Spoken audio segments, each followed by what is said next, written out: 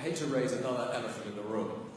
But both you and the Prime Minister of Iraq, and indeed His Majesty King Abdullah before, all talked about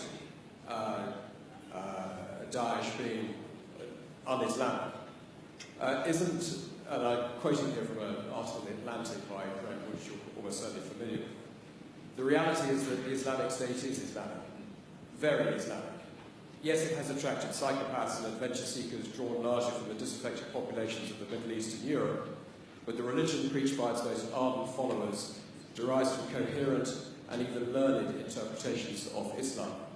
And the article obviously goes on to advise us to base our strategy on countering Daesh with that understanding in its heart, and I invite you to comment on it. Every religion has perverts and psychopaths who try to hijack it.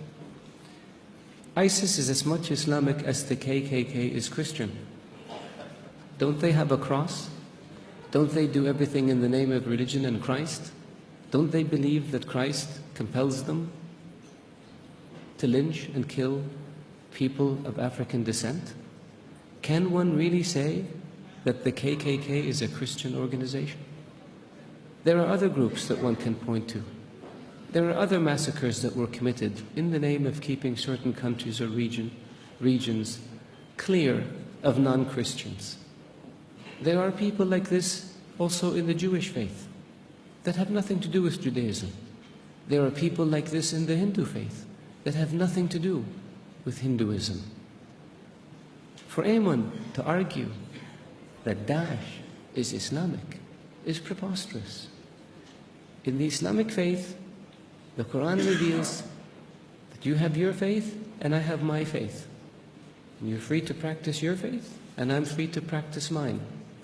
What greater sign of tolerance and acceptance do you have than this? In the Islamic faith it says, he who kills an innocent soul is as if he has killed all of humanity.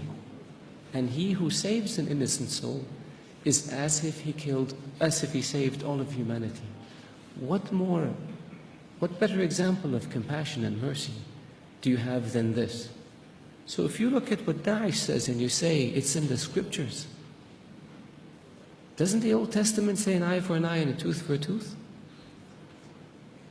If somebody does it today, would you say they were Christian or they were Jewish? So I caution people, because it seems to have become almost novel. Not novel, it's become the flavor of the day to try to read things into Daesh or into Islam that are not there. The Islamic religion and Islamic civilization was the civilization that preserved the history of Greek and Rome and passed it on to the West. Western civilization would not exist without the Islamic Arab civilization. The Islamic civilization and the Islamic Arab civilization was the civilization that connected China with Europe. So it was global. The point I made early on about being an intermediate civilization, this is what I mean. So if Islam was intolerant and Daesh represented Islam, would Islam have preserved Aristotle and Socrates and passed it on to the West? Would Islam have connected Eastern civilization with Western civilization? Of course not. So I urge you, all of you, to be careful when it comes to making generalizations or to accepting generalizations that have no basis in fact. Thank you.